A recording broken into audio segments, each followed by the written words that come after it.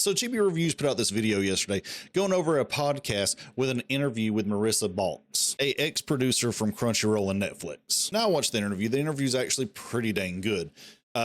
Kind of if you want a little bit of insight on more her life more than the industry, but there are some industry things in there that I think are kind of telling. And it's not insight that we get all that often. But if you're here just to hate on Chibi, that's not the purpose of this video. This video is actually to talk about what is a root cause or the stem of a problem more with the community and a problem of why these execs see anime the way that they see it, or at least the way that I see it and the way that I understand. Before I get into Chibi's video, let's look at the original video and the original context of what we're going to be talking about. Now, what about, like, do you feel like there's common misconceptions in Hollywood about anime or that genre of animation? I think so. Yeah. I think that there are still some generations within our industry that view anime as pornography or something weird, you know, which is really unfortunate. Or there's people who just associate anime with shonen anime and whatever's coming out of Shonen Jump.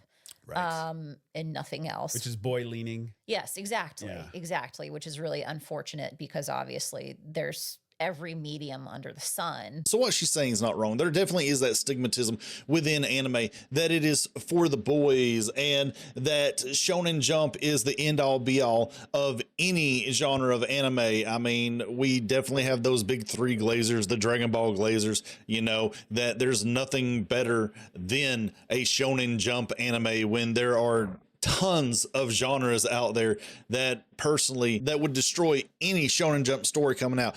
Animation wise, maybe not so much, but you know, it's more than just punches and flashy lights. Now with that being said, let's look at Chibi's take on this. I will say, at the grand scheme of things, what does this overall mean? Well, this shows that the people in charge of these companies really have no idea what anime culture is for a lot of people. They have no idea just how the community feels about things. They think that everything is either shonen or it is literally just sexual content. That's what they think it is. That's crazy.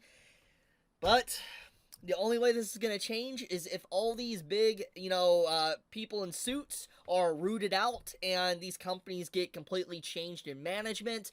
I mean, it's very clear that Hollywood is stepping into the realm of anime. We have seen it, and this is a really good insight into that Hollywood really has sink their claws into the anime industry, and they're not really going to let go. And what has happened to Hollywood as of late in these last few years, or even like a decade, we can say, is going to gradually happen to anime, and we are already seeing the effects of that clearly thanks to this interview alone.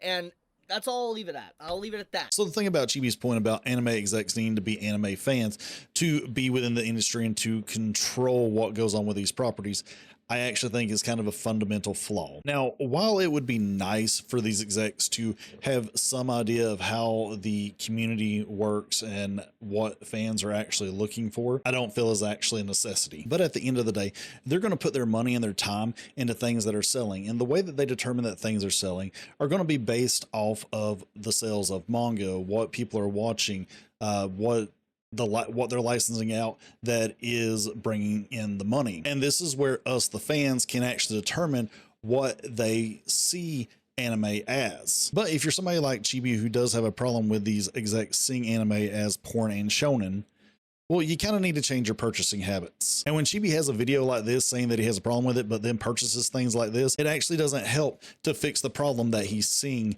within the anime and manga industry. Now, if you do like this stuff, now I'm not saying not to purchase it. Purchase what you like, watch what you like.